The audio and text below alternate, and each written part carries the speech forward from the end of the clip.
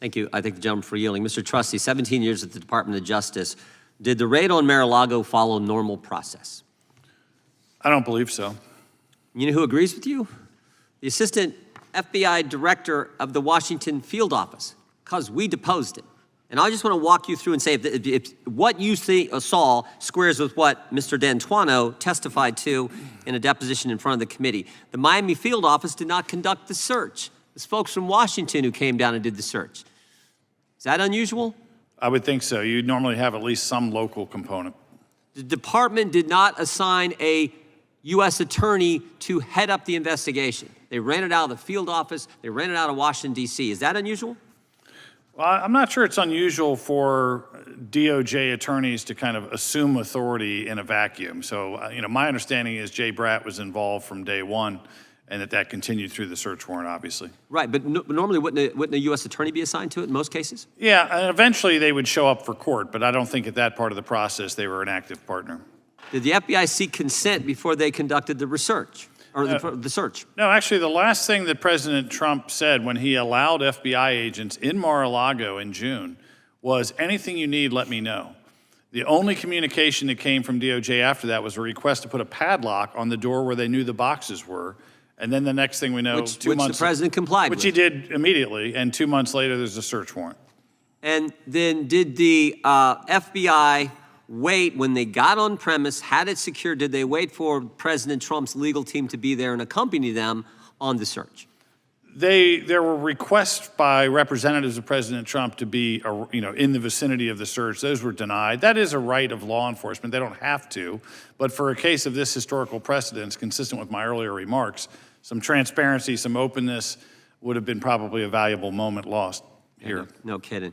Talk to me about, in your testimony, two other things. You mentioned the 14th Amendment. I mean, this to me struck me as just absolutely craziness, that they're going to go to state courts and try to keep the president off the ballot. Tell me your thoughts on this crazy concept. Well, the Supreme Court unanimously agreed to end the nonsense of the disqualification litigation, but they never really reached the due process, which would have been a hornet's nest of going state by state and saying, how did they conduct these expedited trials?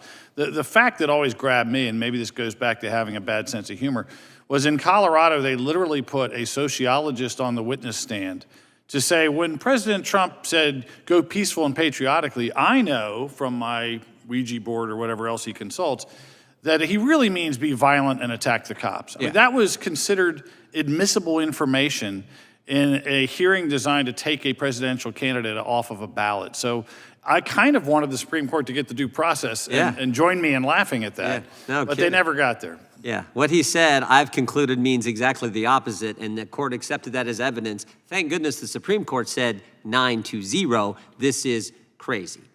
I want to read you one other thing from your testimony, which I just found amazing, and you briefly touched on it earlier. You said, if this is a grand jury situation, in the grand jury, the prosecution said to Mr. Parlatore, if the president is being so cooperative, why won't he waive his attorney-client privilege? The fact that they asked that question in a is, again, maybe as crazy as the whole 14th Amendment argument.